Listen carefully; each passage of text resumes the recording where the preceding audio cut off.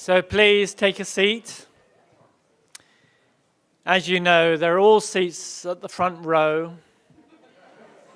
I'm sure you, in your time, all delivered the joke, why is it Episcopalians all sit on the back row? And the answer is, because there are no seats in the parking lot. Yeah. And I get that. I don't tend to sit on the front row. Because, of course, you can't kneel. Well, you could, but you kneel on the ground. Do you know, one interesting thing about kneeling is you keep scuffing your shoes, don't you find? It took me 18 years to work out I need to be more careful with the ends of my shoes when I'm kneeling. Okay, welcome everybody. I alluded in the presentation I've just made that we, in between the Chapel Garden and Deanery Drive, this sculpture by De Wert will be displayed. And the Board of Trustees, when it was thinking about this gift, determined that it was appropriate for us to accept this gift, provided Bishop Budde was comfortable with us doing so. Because De Wert is a sculptor of some exceptional competence. His most recent commission dominates Harvard College University in Cambridge, Massachusetts. And he was offering to donate this to the seminary and wanted to do so because he was just very aware that finding a way to sort of push back that was appropriate and dignified and not shrill and was actually heard by those who needed to hear it is the challenge of the moment. And he took the view that you had a model in Bishop Budde as she was the preacher on the occasion of the presidential inauguration service at the Washington National Cathedral. And the board took the view that, yes, this is an appropriate moment to mark. And so the Board of Trustees voted unanimously to accept this gift. And if you go down there, you'll see that the slab, which will be the base for this bow, will be slowly being assembled. So it's important. And we look forward to having you back then when we might pray and bless that witness. It really is my great pleasure to introduce a friend of the seminary, a friend to me, the Right Reverend Mariann Edgar Budde, Bishop of Washington. Since her election in 2011, Bishop Budde has served with extraordinary faith, courage, and pastoral wisdom, leading the Diocese of Washington through times of both profound challenge and deep renewal. She's known throughout the Church for her clear moral voice, her steady leadership, and her deep commitment to the Gospel's call to justice and reconciliation.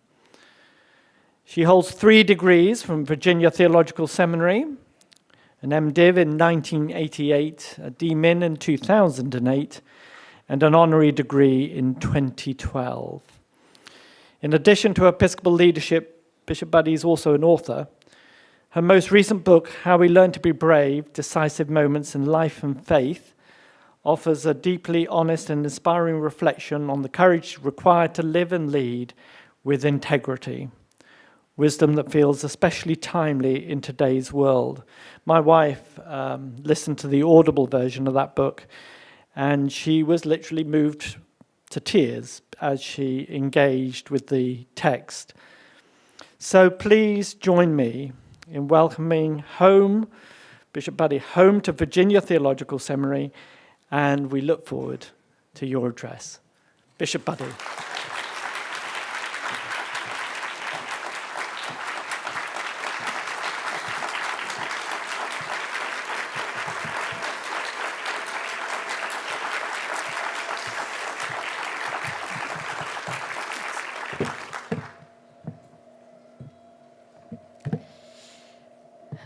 Good morning.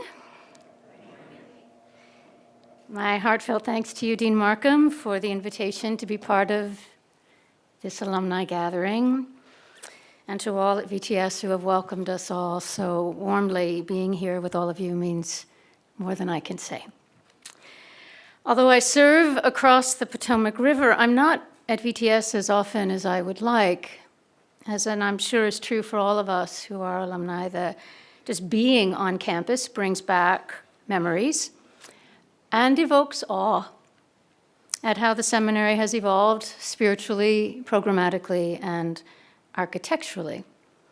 As bishop, I would like to say, and I think I speak on behalf of my colleagues here, that I'm especially grateful for the seminary's commitment to nurture young seminarians, to ease the financial burden of all students, and now most recently for the hybrid program at General Theological Seminary, which provides a truly transformative learning experience for aspiring clergy who study while working full-time in their current vocations.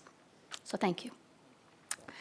And everything I say to you today is in service of a simple idea, that courage is contagious, which is to say, like every gift of the Holy Spirit, it is mysterious and it is communal.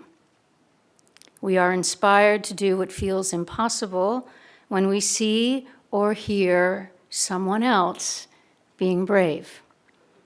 And courage is one of the Spirit's many gifts, working in and among us, accomplishing far more than we can ask for or imagine. Courage is also an innate, God-given attribute of our species, enabling us to take small, brave steps, like a child first learning to walk, and sometimes enormous leaps for the good of humankind. So it is a capacity that we can cultivate and strengthen through practice. I'd like to begin with a few examples of how this seminary and its leaders have given me courage over the years. I began my studies here in 1984. Though I didn't graduate with my class, in between our middler and senior year, I went to Honduras with my brand new husband and the seminary's blessing to work at El Hogar de Amor y Esperanza. It's a ministry of the Episcopal Church in Honduras for children living in extreme poverty.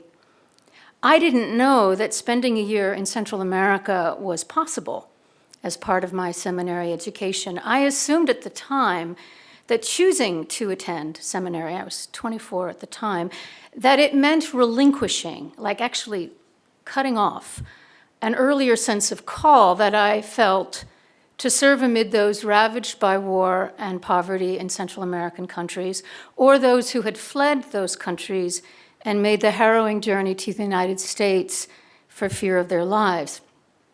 And so during my first semester here, while I was attending morning chapel and introductory classes in biblical studies, the colleagues with whom I had worked in Arizona for 2 years were on trial for providing sanctuary to refugees who had crossed the border illegally. And I came to VTS assuming that God was asking me to leave all of that behind in order to be ordained in the Episcopal Church. And it felt, like I said, it felt like I had cut off a limb. And initially, I was miserable here. I felt trapped in suburbia with people I didn't know, including this man from the South who was exactly my age, who insisted on calling me ma'am. Like, where was I?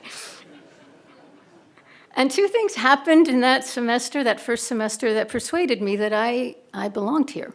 And the first was learning about a woman who had attended VTS a few years before and had taken a year off to work at El Hogar in Honduras. And it had never occurred to me that you could do that. But someone before me did. And I felt like God was saying to me that my past and present were not as disconnected as I had imagined they would be.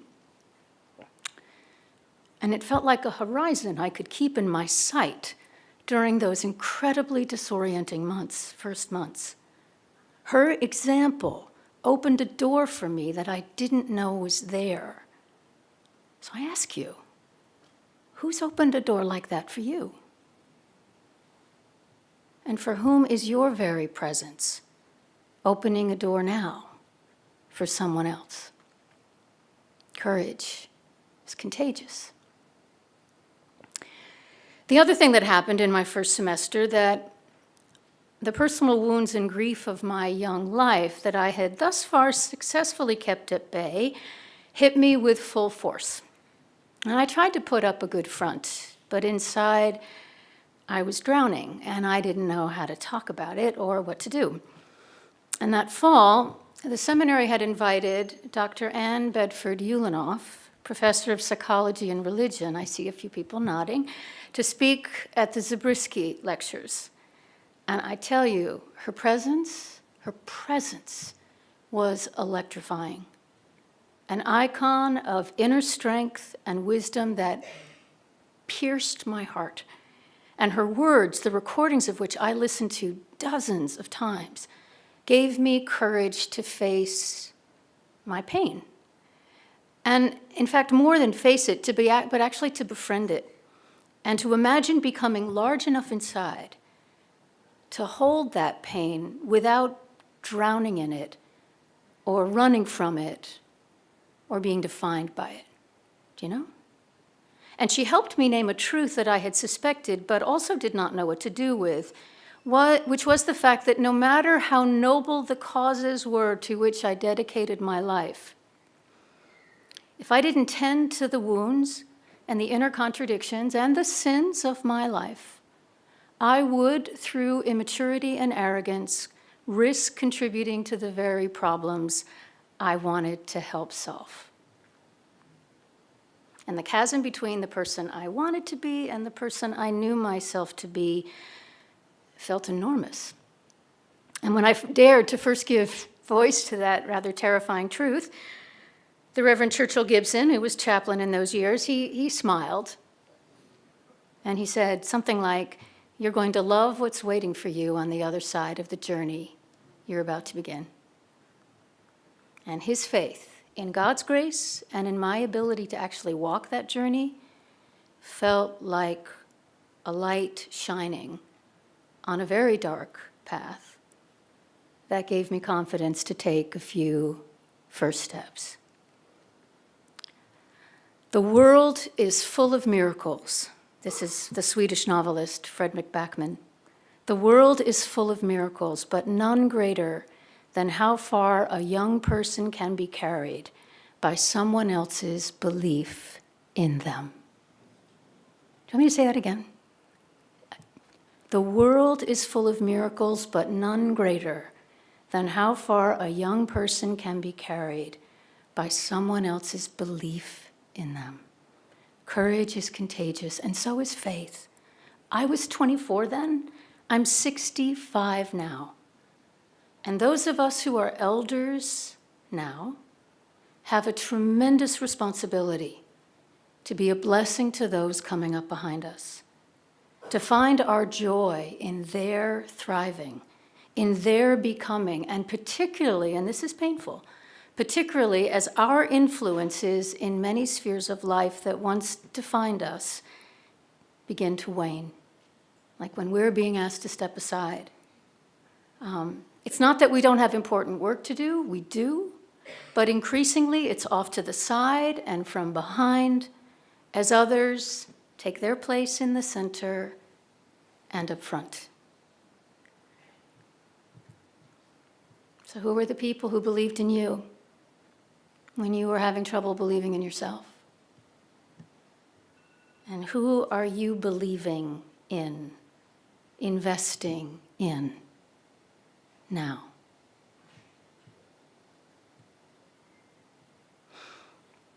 Two other occasions when the seminary offered what felt like a lifeline for me. Fast forward now to 2002. I was rector, and I had experienced a very public disappointment in ministry. Been the rector of a very sweet congregation, St. John's, Minneapolis, for about 10 years, and I was a candidate for dean of St. Mark's Cathedral, 2 miles down the road. I was one of 2 finalists at the end, and everyone in our world knew it. And I was the one not chosen. An experience surely known to many, if not all the alumni present in this room. Yeah? And you need to know, I would have gladly committed the rest of my vocational life to that cathedral.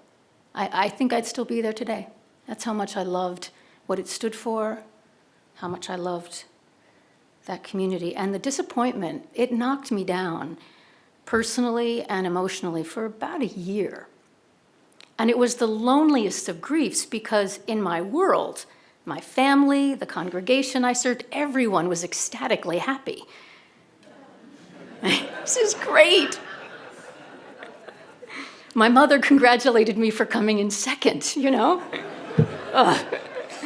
The cathedral was thrilled with its new dean. The world was moving on, and I was frozen. And during that time, I received a letter from VTS granting me an award, inviting me to come on campus to preach. And I tell you, I was glad to be anywhere but Minneapolis. And then one morning I was here, Barney Hawkins met me for breakfast in the refectory, and sitting across the table with his blazer and bow tie, he sized me up in about 5 minutes. And he said, I think what you need to do right now, is enroll in a Doctor of Ministry program. Shocking. Thought had not occurred to me. But I said, okay. Okay. I didn't know it at the time, but that was the work I did. As a result of that invitation was an early step on the road that 8 years later would lead me to my current vocation. We have these crucible moments when others hold faith and courage in us and hold flashlights for us, do you know? And say, keep going, wherever it is, you'll get there. So think of when have you held that light for someone? And for whom are you holding it now? Now, one more example, and I'll get going. I'll talk about other things, but I'm on a seminary roll here. This is from last year.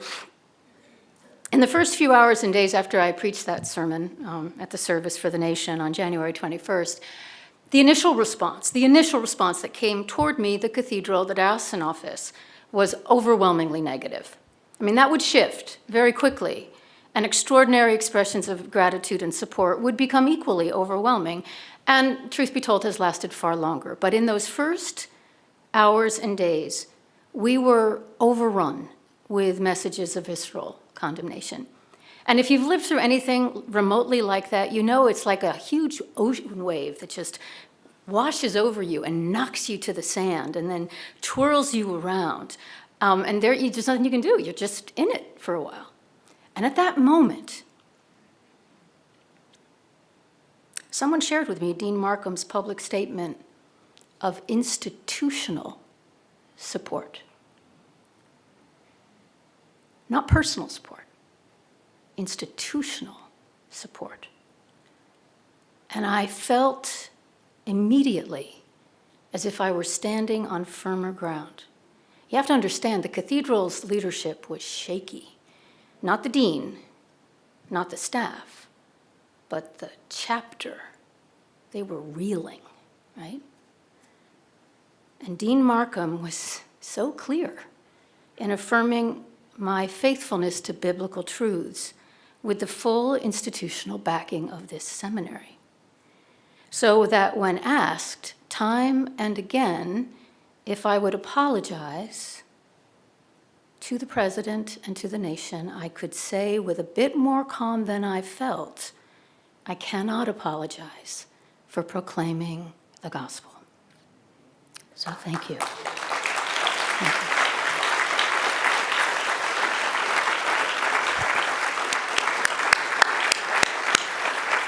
So in times of societal chaos, institutional courage is important because courage is communal, as is our faith.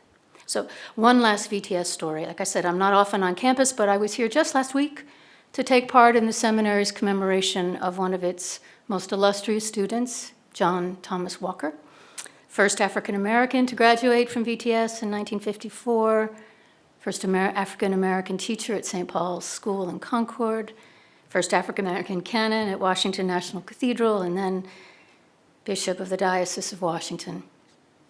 You know, you need to know I live and work every day, in the blessed shadow of Bishop Walker. I mean, across the diocese, people talk about him as if he's still like in the next room. And that's how powerful and alive his legacy is.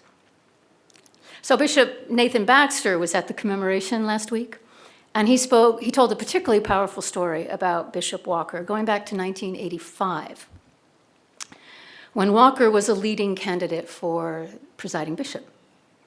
Now I happened to be sitting in front of Maria Walker, John's wife, at the commemoration as Bishop Baxter was speaking, and I heard her say very softly, "He lost by 10 votes. He lost by 10 votes.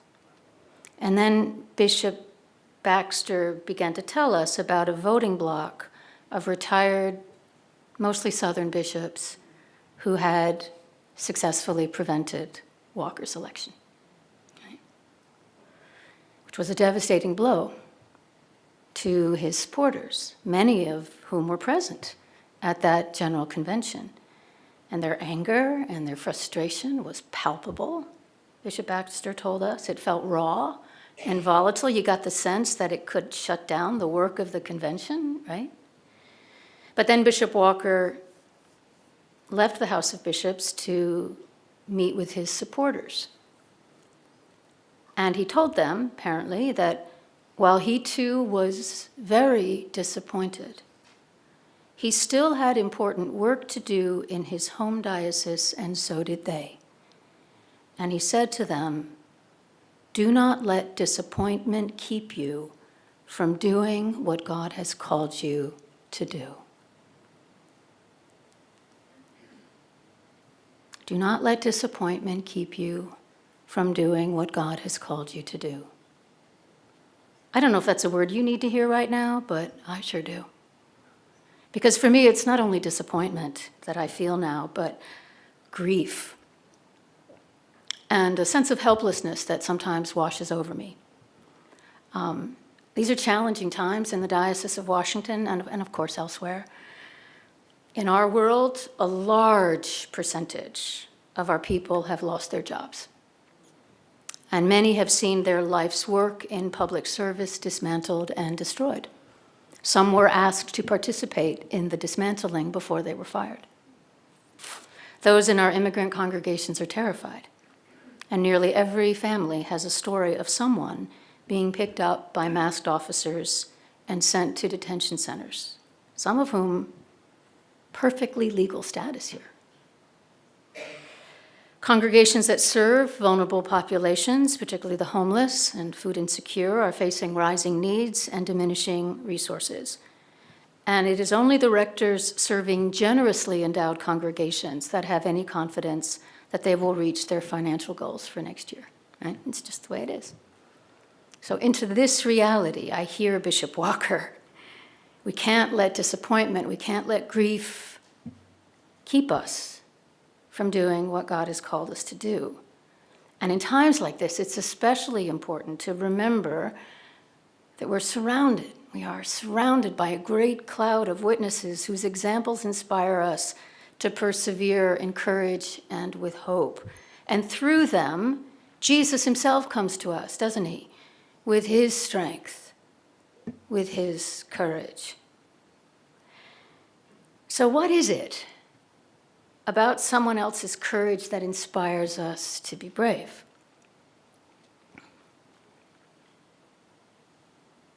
I think it touches something deep within us. Because in that moment, by their example, they are embodying something that we know to be true, or that we hope is true. And they show us by their example, it is possible to live according to that truth. As I was preparing for that sermon, I read about a group of Roman Catholic bishops in California who had taken a very strong stand in support of migrants in their communities. And their courage to say what I knew to be true, what we all know to be true, that the vast majority of immigrants and refugees are not dangerous criminals, the majority of whom are active, contributing members of our society. We know this to be true. Their courage to say it inspired me to do the same. And really, that's so basic a sermon, not unlike what I imagine all of you preach Sunday after Sunday, that would be a source of hope for so many people and cause such anger in others. It says a lot less about me than where we are as a nation. Right? I mean, it was an okay sermon, but you know. You know what I mean? You could have done the same, and you probably have. So yesterday, David French spoke to us about the centrality of hatred between red and blue. And I dare say we could all relate to that. I've also been deeply influenced by the work of Tim Shriver, Arthur Brooks, and others who speak essentially of the same phenomenon as the culture of contempt and the very well-funded outrage industrial complex that successfully keeps us all outraged about one thing or another. Moreover, and this is where it gets tricky, we feel completely justified in our contempt and outrage because those with whom we disagree are so reprehensible. I told my dinner companions last night of a gathering at Washington National Cathedral when Tim Shriver asked those of us gathered, maybe 400 people there, to raise our hands if we have ever said something like, how we hate hateful people.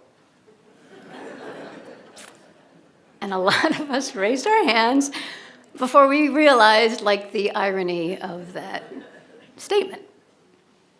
And the only antidote to this contempt is a commitment to treat every person, no matter who they are, what they stand for, with dignity. We will respect the dignity of every human being, right? It's right in the baptismal covenant. And Shriver and others have formulated what they call the Dignity Index, which I encourage you to look up. It's basically a continuum on a scale of 1 to 8 of speech, the most contemptuous being at the lower numbers, 1 on the scale, to speech with the greatest dignity, moving up, and the highest you go is an 8. And the inflection point is between numbers 4 and 5. 4 and below are statements of increasing contempt. Statements 5 and above move us in the direction of dignity.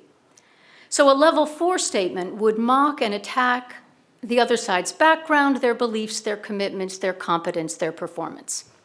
And the subtext is something like, we're better than those people. They don't really belong. They're not one of us. In contrast, level 5, one notch up, actually listens to the other side's point of view and then respectfully attempts to explain their own goals, views, and plans. Right? The subtext being, I have my views, they have their views, the other side has a right to be here and to be heard. We disagree, but they belong here too. Right? Now, to give the trajectory in either direction, a level statement that attacks, a level 3 statement, so that was 4, a level 3 statement going down the contempt scale, attacks the other side's moral character, not just their capabilities or competence. We're the good people, they're the bad people. It's us versus them.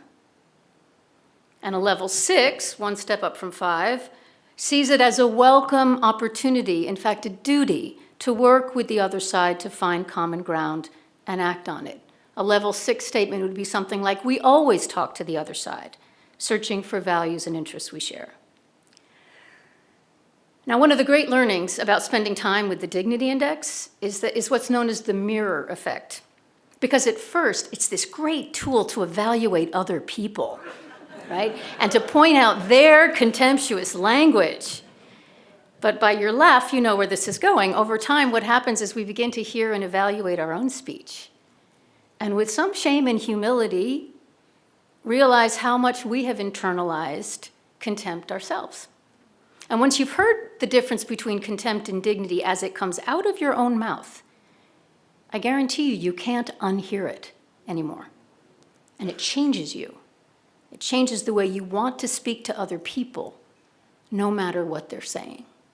Now, I grant you that it is really hard to meet the lowest expressions of contempt with dignity.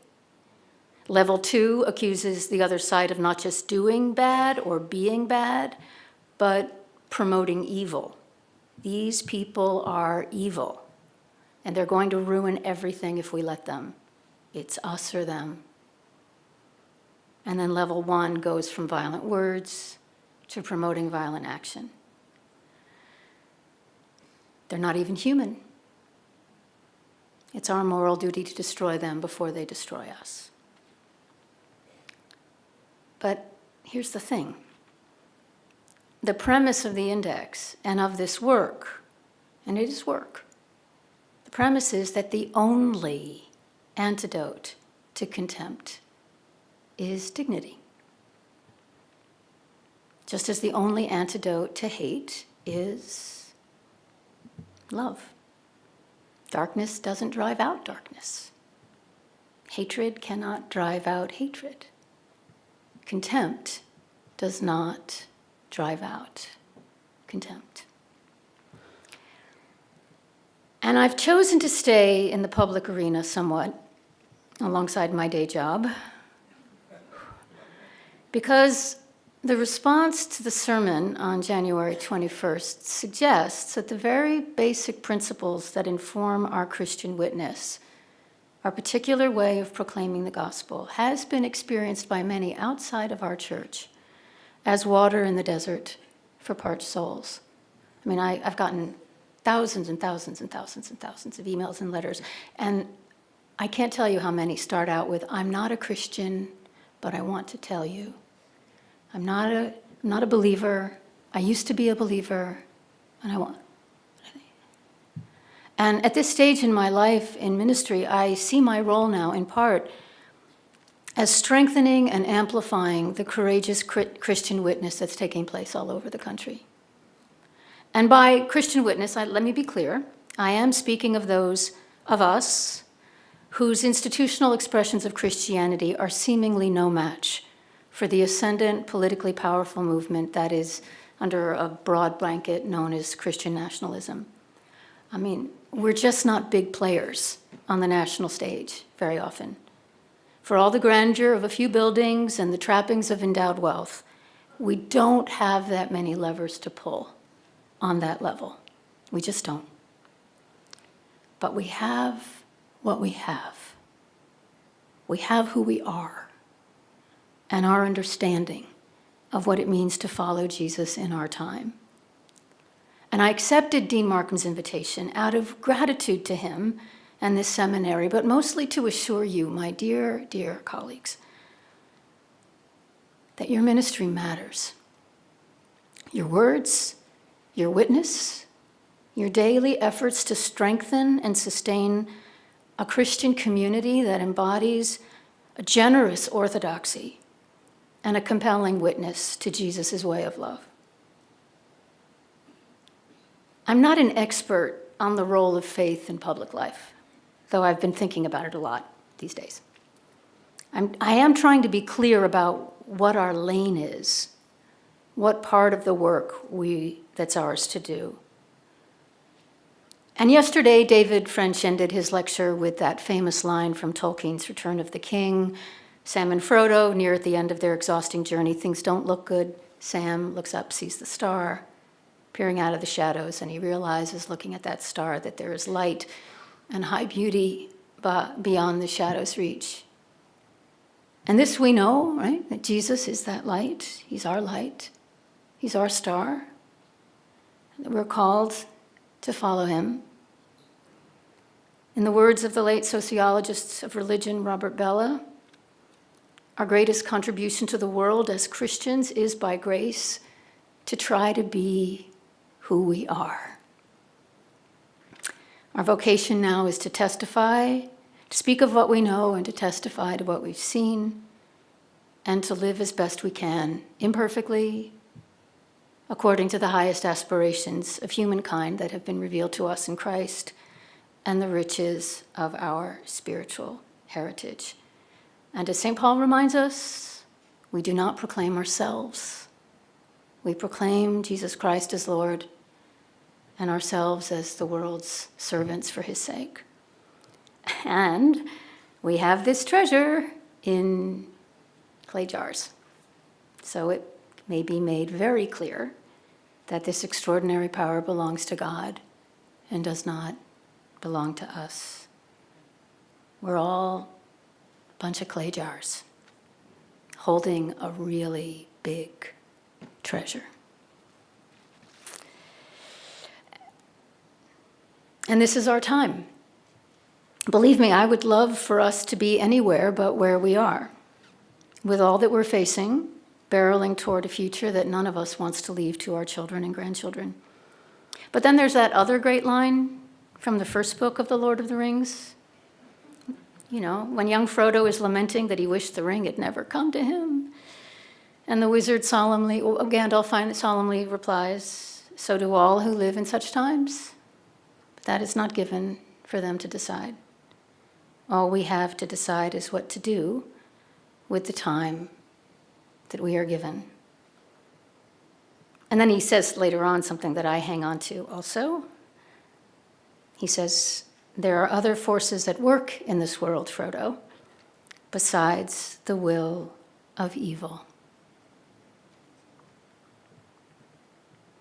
So what we know from the courageous ones of our heritage and the ones around us who aspire us, that we have the potential to take enormous leaps for good. Our forebears have done the impossible in the past, and it is to that potential to which we are called, not on our strength alone, but through the strength of God that flows through us. And I want to close with one story that means a lot to me, and then I hope there's time for conversation. But this is a story from the Gospels that is like my mantra now. And it comes from the Gospel of John. You know it. It's when Jesus is in Bethany, and he's getting ready to enter Jerusalem. He's not there yet. And it's a similar prayer. He's praying. And it's a similar prayer to what we hear in the garden, but it's, John's version of the prayer. And Jesus says, he begins the same way, "Now my soul is troubled. Now my soul is troubled. And what shall I say?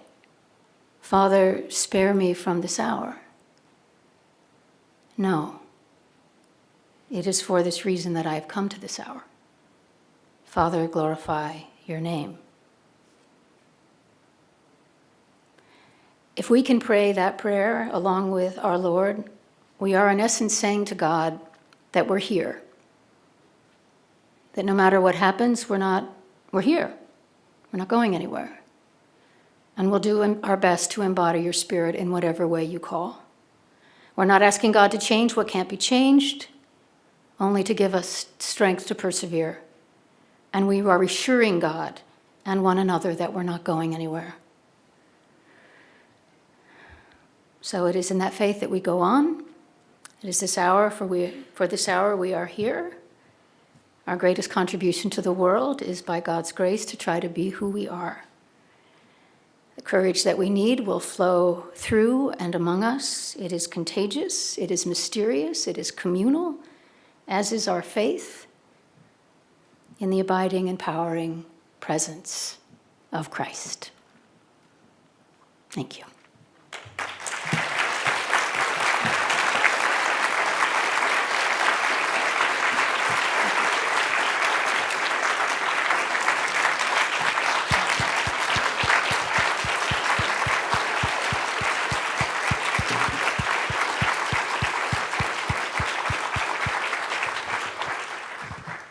Thank you very much indeed. So this is our opportunity for questions, and I'll catch your hand. Let me start the ball rolling, and we'll take a moment just to go back to that sermon. And I think you're very complimentary in implying that we could have all crafted such an elegant sermon, but we'll take that. So thank you very much for that. But as I watched the video and I watched it live, it was almost like you paused just before you started those concluding paragraphs. And I was just curious, what was going through your mind as you approached the end? Because much that had preceded it had all sorts of implications. And those who've got ears to hear could hear that, this is the witness we're providing as a tradition. But then the last 2 paragraphs or so, when it was like the camera was on your face and it was a pause, you swallowed. Was there a side of you who thought, okay, Jesus, I might just finish it here?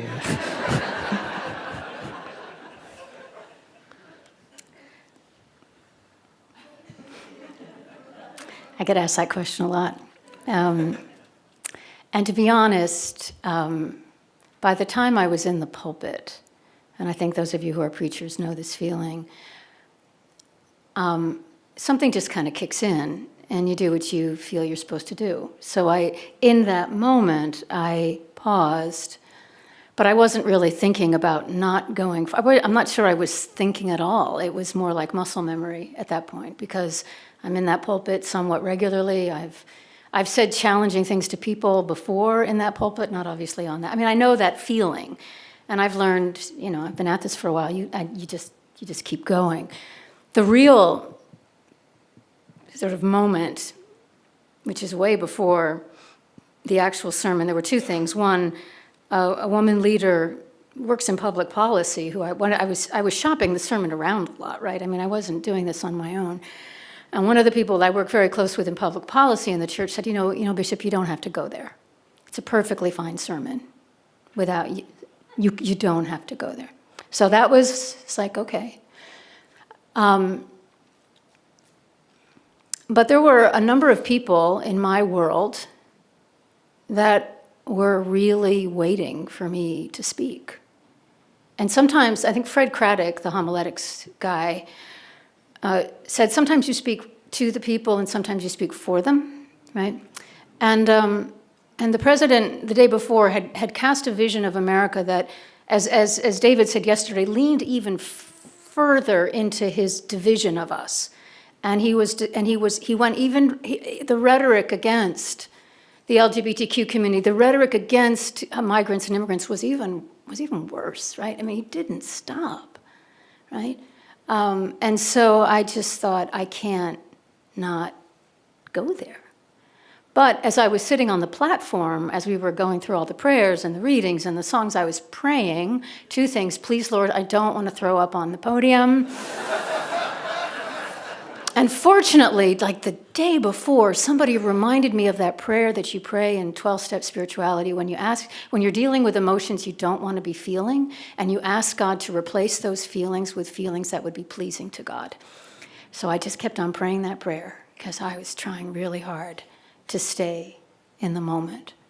But that's where the struggle was. No, thank you very much. Okay, hands, please. There's a hand there, Reggie. Jennifer. Thank you, Bishop. I come from here. Where are you? I'm right here. Oh, thanks. And your name? I'm sorry. Jennifer, Southall, 2015. I come from a very red state. Yeah. So I heard a lot about your sermon. How do you discern the difference between courage and divisiveness, especially when people are going to double down against what you're saying? I think it's a really valid critique of the sermon that I, in some ways, intensified the very divisions that I was seeking to address. So I just want to say that when I've heard that, a fair point, right? And I don't know, I think it's a daily discipline. One of the marks of dignity, by the way, is being willing to stand up for the dignity of other people, right? So that's what I was holding on to. And I was also trying to do it with as much respect as I possibly could. Other people, so that's, and I try really hard not to just, I try to be heard as opposed to being right all the time. So I don't say a lot. In fact, I get a fair amount of heat from people who wish I'd said a lot more all the time, right? And I try to be very circumspect for that very reason. But it's tough. And if I were living where you live, it would be even harder, right? Because these are people you want to be in relationship with, and there's certain words and certain phrases that if you use them, it just shuts things down. So you have to say, are you going to do it to be right, or are you going to stay in relationship? And there's no easy formula for that one. So thank you for the question, and God bless you and your ministry. It looks like we have a Jennifer theme here, from one Jennifer to another Jennifer. Jennifer McKenzie, please. Yeah. Class of 2004, thank you, Bishop. We've been following, I think it's track 2, in the lectionary, which has a lot of Jeremiah threading through it. And in conversations that we have weekly, where I'm filling in, between services, we explore the biblical texts that are in the lectionary for that Sunday. And one of the questions that we programmed for it was, where are the prophetic voices today? And one of your deacons, not trying to be dutiful at all, but answering the question, said, I think Bishop Budde. The spiritual gift of being prophetic, and in the true sense of that word, calling people back to God. That's what I hear in you. You were speaking about making a decision to stay a bit more public.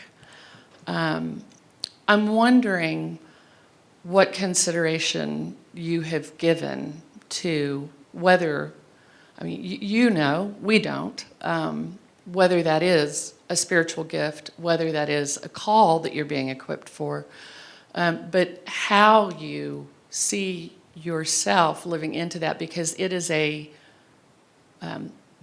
for prophets, it is a lonely and often attacked vocation, place to stand, vocational place to stand. Thank you, Jennifer. Well, when I was in my 20s, I was going to be the prophet that, oh man, I was ready for battle. I was just going to give everybody, I was going to wallop them with the gospel, right? Lord help us from ourselves. I think the prophetic and the pastoral are intrinsically linked, and if you're not a pastor, you can't be a prophet. I felt that the sermon on the 21st was a pastoral sermon. It was a pastoral sermon. It was trying to, my biggest concern, quite honestly, I'd been given the charge to pray for healing, to pray for unity in a divided country. And I was really struggling with the charge of asking God to help us become more unified when we were doing everything in our power to stay as divided as possible. You know how God feels about stuff like that, right? Praying for things that you have no intention of working on yourself. I felt that pastorally. And then I also wanted to humanize the people who were being dehumanized. Those were my two. I wanted to talk about what unity would require from us. Again, not rocket science. And then to humanize people. If that's prophetic, that actually has more to say about the culture than it does about the actual words. So that's what I can say about that. Yeah. Okay, we've got lots of hands. Let's go over here. Robin, please. Okay, hang on. Sven. Oh, it's so good to see you. Okay, Sven wants to... Let's battle. Fortunately, you guys like each other, so this is all right. Sven next, and then Robin. I'll keep the Jennifer theme going. I'm Sven, but I'm married to a Jennifer. So There I'll you keep go. that Jennifer theme going for just a little bit. Coming back to courage, and in homiletics we are told, sometimes told it is about the text, it's not about us, which is a good place to be. And there are so many good texts scripturally, there's so many good texts from Tolkien and other writers, but in the place of being contagiousness of courage, where do you see the personal narrative? In the pulpit, in their life, and how much does one share of their own experiences in looking for those lights and sharing those lights and doing that, and without taking on the spotlight. Your thoughts, please?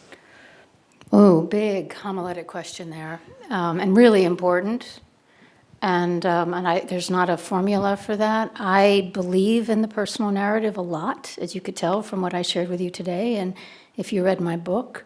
But I think we have to be very careful that it is in service to the message and not in service to something else. And we may not always be the best one to judge that.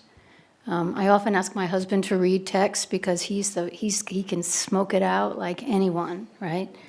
But to have another set of eyes and ears to help us determine, but not to use the narrative, I think, for me, would diminish the power of the gospel that has transformed me.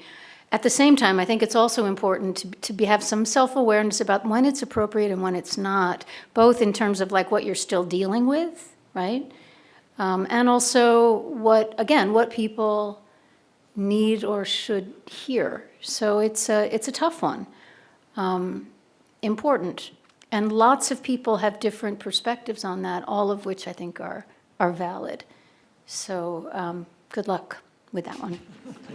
Thank you very much. Robin. Robin's next. I, Hey. when I saw your sermon after the inauguration, my first response was, "Dang, you did it." What I then thought was, "Wow, what a steward of the moment that you were given." And I think we all would have loved to have been like, I would have done that too, and not many of us would have. But if you could talk a little bit about the relationship between stewardship and our vocation and our preaching, I think when we put the collar on, which I'm not wearing, but we have a certain permission and authority that and an opportunity to do things other people wish they could do, but we come with this institutional background. And so I just maybe just talk a little bit about the stewardship of the opportunity that we're given and what role that has with courage. Guys, you ask really good questions. Well, let me just say a couple of things about stewarding responsibility and role. By virtue of our ordination and when we get our first job, right, we are given symbolic authority, but we do not yet have earned authority. And there's no shortcut for earned authority, right? And one of the early mistakes we make, perfectly understandable, is to imagine that we have more authority than we do by virtue of our symbols, right? Or our canons. Whenever a rector calls me and tells me that he's having a canonical dispute with his vestry, or she, it's like they've lost already, right? Right. It's not a good sign, because it's earned authority. So to pay attention to how much earned authority you have, and and how you cultivate it over time, and to gauge your work accordingly, right? And so I have stewarded my role pretty carefully at Washington National Cathedral over the years. And boy, would I love to tell you just a gazillion hilarious stories about that, but I'll spare you.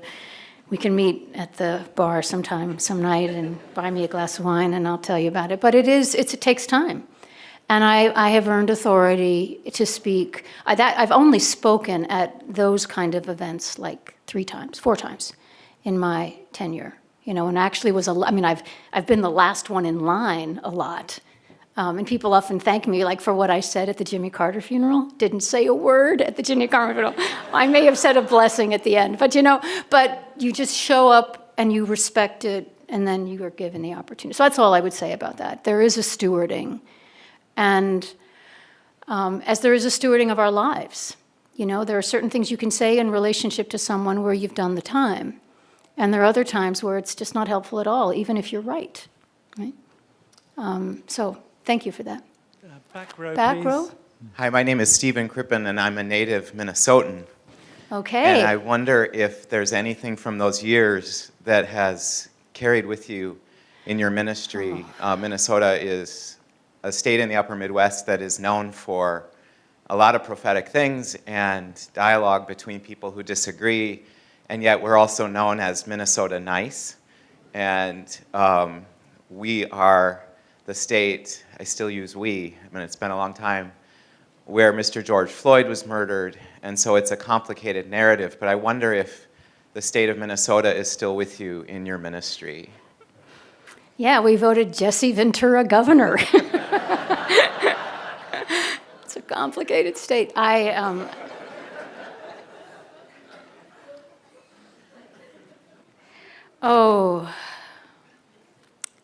Everything.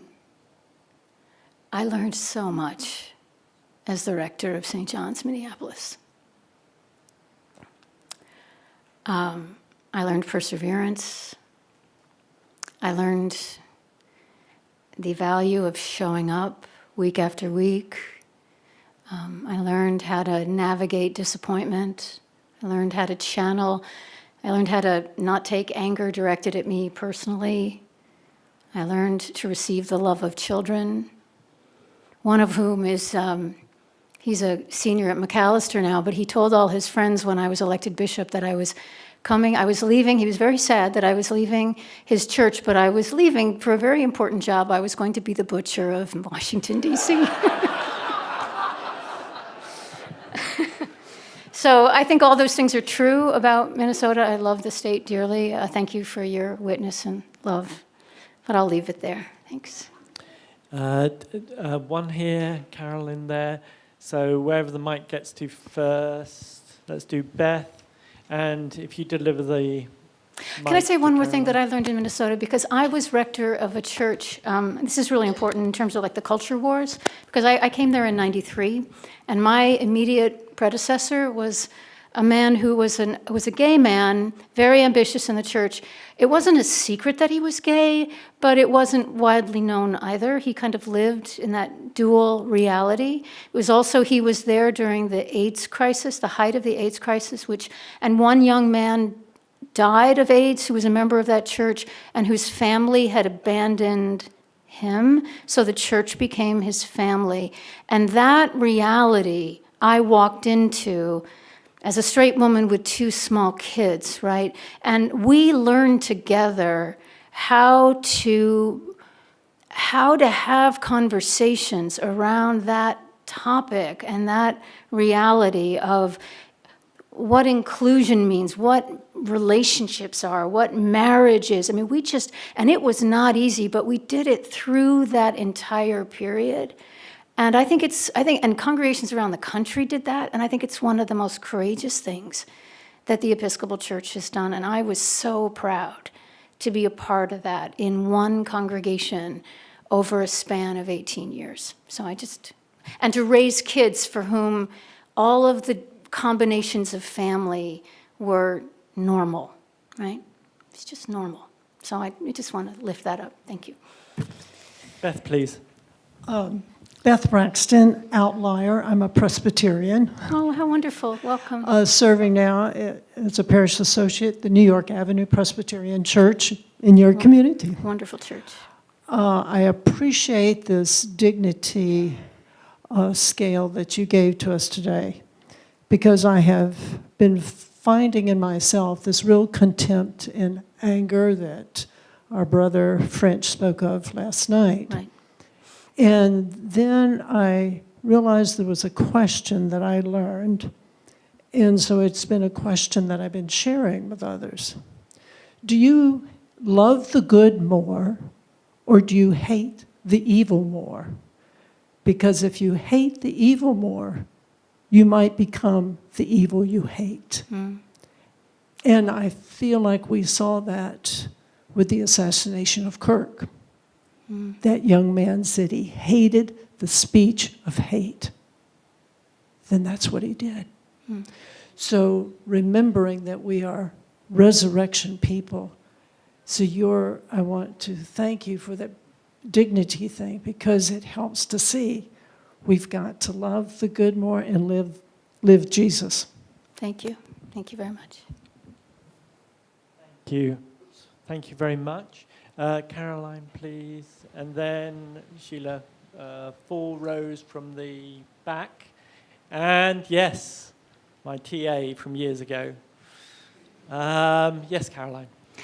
Good morning. Thank you for being here, Bishop. Really appreciate it. I was saddened to hear you say that we're just not big enough, to tackle some of these issues. And you said that's just the reality. And I found myself thinking, and I think this a lot, because the curriculum that we have here at VTS is bathed in social justice calls, how to tackle toxic corporate culture. There's no shortage of education. But how would you say that perhaps it's not that there's not enough of us, but maybe that there's not enough brave leaders in the Episcopal Church? There are not enough people who are willing to preach the gospel, who are willing to leave the comfort of our parishes and go out into the world. You are an example of standing up and preaching the gospel. And perhaps the uproar and celebration of what you did is because you were a disruption to our very comfortable culture. And how would you speak to that as an idea that maybe we need to reevaluate our definition of what following Jesus is, and perhaps we are too comfortable with our idea of how to fulfill that? Really important question. Thank you. I was talking about institutional power, right? I'm a bishop, so I'm all in with the institution, right? Can't help it. And I believe, I was trained by community organizers. And what is power? Organized people, organized money, right? And our churches in general are pretty weak, right? We have some strong ones, we've got some great ones. But if you look at the trend lines, if you look at the churches across our country, they are institutionally very, very weak and small. And celebrate being weak and small a lot of the times because change is so hard. I've dedicated most of my life as an ordained person. I wasn't expecting to do this, by the way. I was going to be one of the people you described, right? I was going to leave the comfort of our church. I was going to do all those things. That's what I thought the call was. And for some reason that just, I can't explain, but it was the call on my life. I was called to the institution to build it up. So I spent my life either building strong congregations or as best I can, a strong diocese. Because I believe that if we speak from that kind of strength, we are heard more effectively in the collective, not in the individual. I'm not negating and I love every one of the congregations I care for. Love them, and they have a powerful witness, every single one, and every single one of them has the saints of the earth, right? I mean, just the people that you would want at your bedside when you are saying your last prayer and breathing your last breath. All I'm just saying is that in the world that we're in now, we do not have the influence. And I think that it came home to me when, I forget when I first heard this. I think I might have heard it from the Bishop of Ohio a bishop ago, Mark Hollingsworth, where, sometimes people say this to me, what we need, Bishop, is an advertising campaign. Because if people knew about us, more people would come to our churches, right? And my response to that is the last thing we need is an advertising campaign until our churches are compelling enough that if people came, they would want to stay. Right? Right? And a whole bunch of the churches that I love, I would not recommend to my children who are in their 30s, right? Because they just don't have enough. And then they don't have enough of a social witness, but they don't have enough of a formational witness either. They don't have enough of a communal presence. They don't. They're lovely people.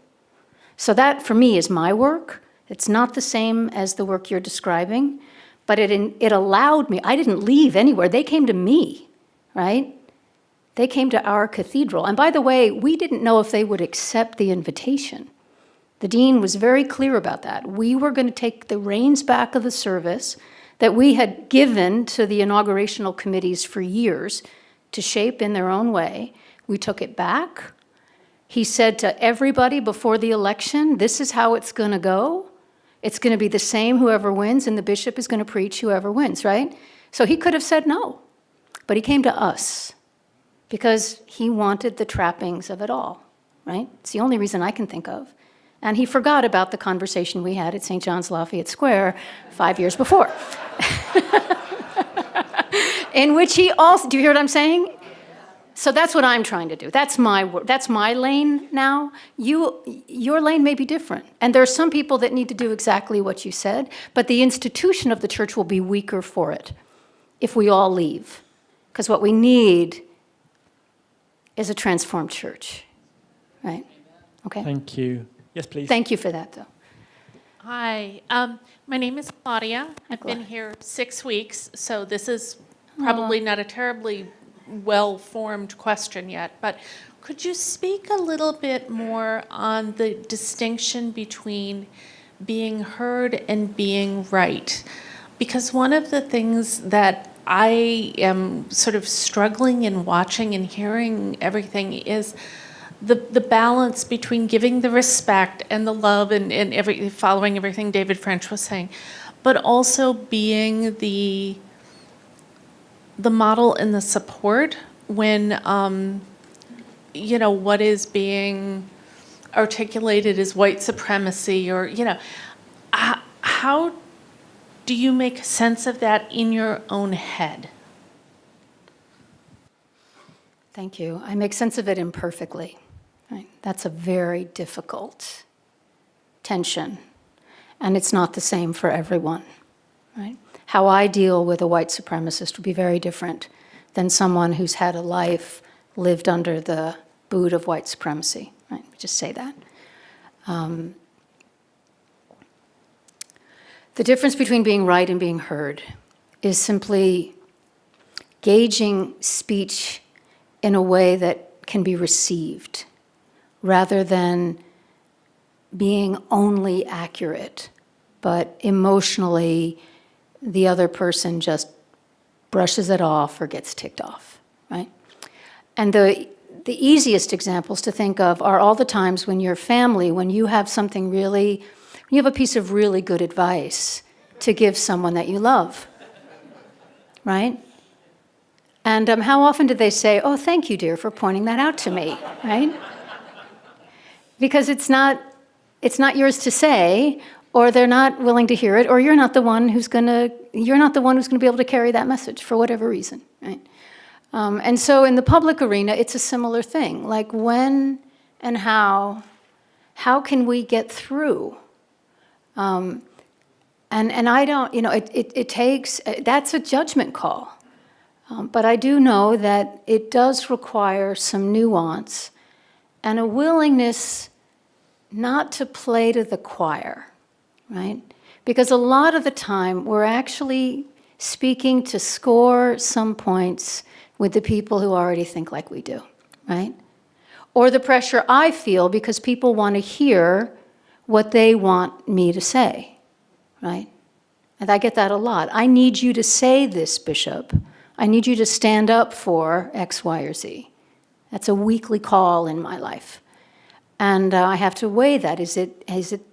What would the impact be? I would make a lot of people happy who already agree with me on that statement, but have zero impact on those that they presumably are wanting me to reach. So those are the kinds of thoughts that I have around that. But it's a great question, and you formulated it just fine. Thank you very much. Yes, please. Hi, Bishop Budde. My name is Mary Margaret. First, thank you for calling us colleagues. You did the thing that you inspire other people to do, which is believe in the people who are younger than you. You calling us a colleague meant the world. Thank you. You're welcome. And secondly, I'm curious if you have a personal practice, spiritual or otherwise, that particularly lends itself to courage, if that's not too personal a question.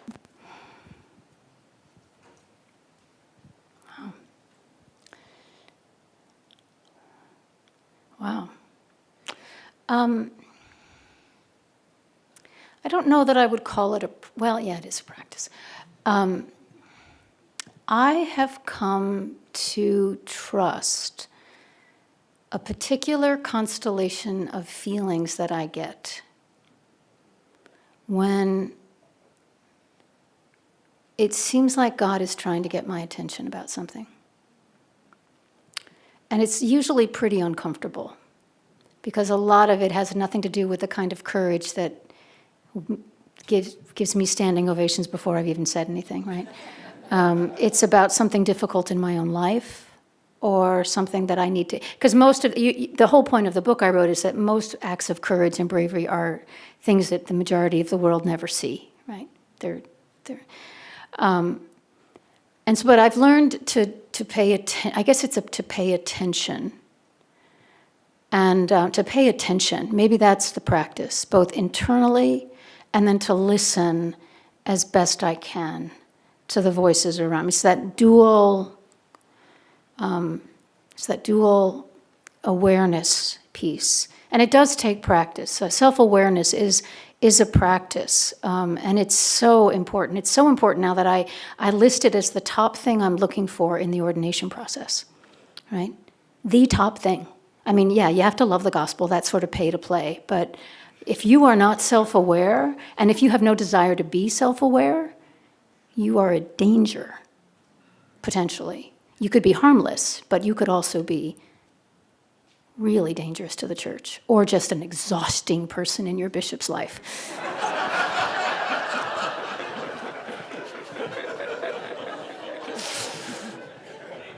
And in the seminary.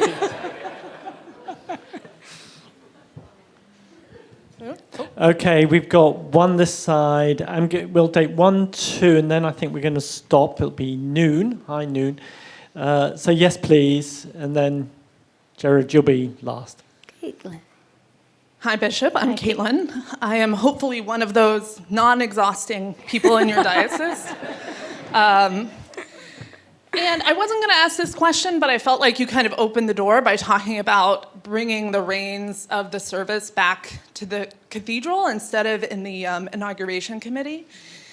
And I heard you talk about Christian nationalism, which I understand as being like a conflation of Christian and American identity that distorts both of those things.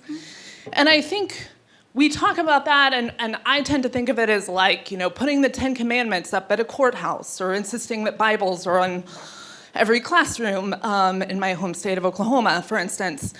But I also grew up processing an American flag in an Episcopal church every week, and we have American hymns at the back of our hymnals, and many of us celebrate 4th of July almost as if it is a feast of the church. And I think a place where the Episcopal Church has its own role that it has played in the conflation of American and Christian identities, and that the National Cathedral and the Diocese of Washington is a place where that especially plays out.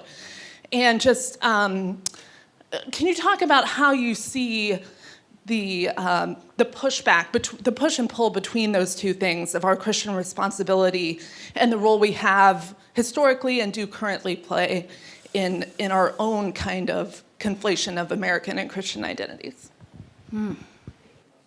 Boy, just a softball for the end here. Geez, Caitlin. You're not exhausting. So I'm not an expert on Christian nationalism. I just want to say that. I do want to lift up a couple of things that I think are particularly pertinent in terms of where we are now. I'm a patriot. I love this country. I'm not ashamed of being an American. I feel as a Christian I am called to serve with other people of good faith for the common good. All of those things, right? I believe in the best of this country. I think this country has also its own, all those things, right? And I think some of the things we're called to do is to own up to who we've been and, all of that, right? So let me just say that. The things that I associate with what I experience as the ascending form of Christian nationalism is a combination of the things you described, along with a fierce sense of grievance and an increasing desire to name enemies. And not only external enemies, but internal ones as well.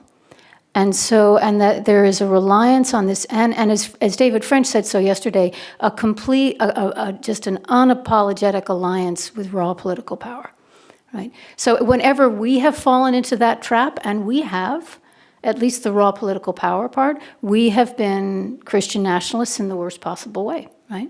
We have been imperialists, right? All of that stuff is part of our past. So we have a lot to answer for.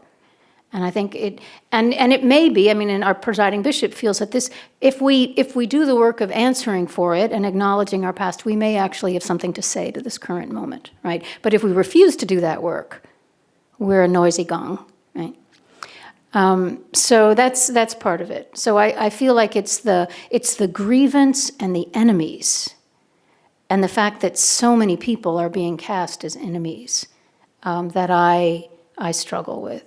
In terms of the witness of the church, if we can, I think it's a fine line. I would love for all the American flags to be taken out of the churches, in part because I think at this point they're ugly. I mean, they're just sit there, and they're. But there's a lot of things I do. If I were the remodeler of our churches, but anyway, but that's not a patriot thing. That's just aesthetic. It is confusing. But how can we be faithful citizens? How can we be in the city of God and the city of man? Like, how can we do that? And it calls for different things at different times. And so I would say we struggle. So I'll stop there. I could babble on for a bit longer, but I don't know that I have more I could contribute. No, thank you. And finally, yes, please. And finally. Jared Grant, class of 2020. One, I serve a congregation in Norfolk, Virginia that is, heavily military and heavily, civil servants. And so the power of your sermon on the 21st, I think, spoke to the ability to give dissent, especially to folks that don't often get to do that because of the nature of their job. So that I've felt a lot of that from my congregation. That has nothing to do with my next question. This is a preaching question. So I was interviewed last week by a German newspaper that's writing on Christian nationalism and looking particularly on what's going on in America with that. And the first thing he mentioned to me was your sermon. And so that speaks to me that it has this incredible international vibe to it, an international appeal, an international scope to it, coupled with the idea that some of the critique of it, whether fair or unfair, was that it was directed specifically at one person. And so being that most people in this room have never had the ability to speak to that large of an audience and that kind of stage, yet we still all, with every sermon we give, have to think about what is the audience and understanding that I'm putting this out there and I have no idea how far or wide it will go. I'm particularly, I'm interested in how you address the audience piece of this. Like, who is your audience? How do you discern that when you're writing in this large capacity? Thank you. It's one of the first questions I think as preachers we need to ask. To whom are we preaching? To whom is the word? And most of the time, it's the people in the room, right? Now, with the advance, the COVID introduction of the wider communication, we do have that implication as well. But by and large, we're talking to the people of our communities, week in and week out. And I was asked to attend a preaching festival in London on the theme of preaching truth to power, right? Can't figure out why, but I tried to suggest to them that every time we preach, we're speaking truth to power. We're trying to bring the truth of the gospel, and we're trying to amplify or empower the people in the room, right? And that's what we're doing. That's what we're doing every single time. So it's always what we're doing, and how we think about that is critical. Obviously, I had a lot of different people in that room and in my head because of all the things that you described. So I was holding all of that. I chose the homiletic technique of addressing the president in the same way that if you were preaching at a wedding, you would at the end of the sermon say something to the couple. Or if you were preaching to confirmands, you're preaching to the whole congregation, but in a moment you're going to say something to the confirmands. Or if you're preaching in a funeral, right? You're going to say, that was the homiletic exercise. And everyone who has preached at that pulpit for those sermons have done the exact same thing. Every single one. So, I mean, I wasn't like breaking new ground with that. What was new ground is that this particular president is not accustomed to having that kind of message spoken to him in private or in public. So it had an explosive effect on him. But that tool is one that's well within our toolbox, right? And is worth using occasionally, not every week, right? This sermon's for you, George. I mean, that would... Thank you all very much.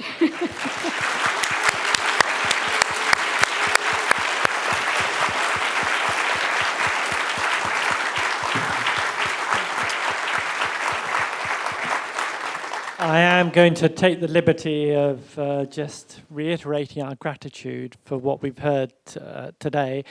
You know, whenever I'm visiting alums, especially those who are in their 70s and 80s, they often have memories of Virginia Theological Seminary. It might be Mologen, it might be Jess Trotter, it might be a moment, it might be a conversation with Charlie Price in the refectory. I suspect what we've heard this morning will be forever for all of us a memory, and we're deeply grateful for your ministry, your work, and your presentation. Thank you very much.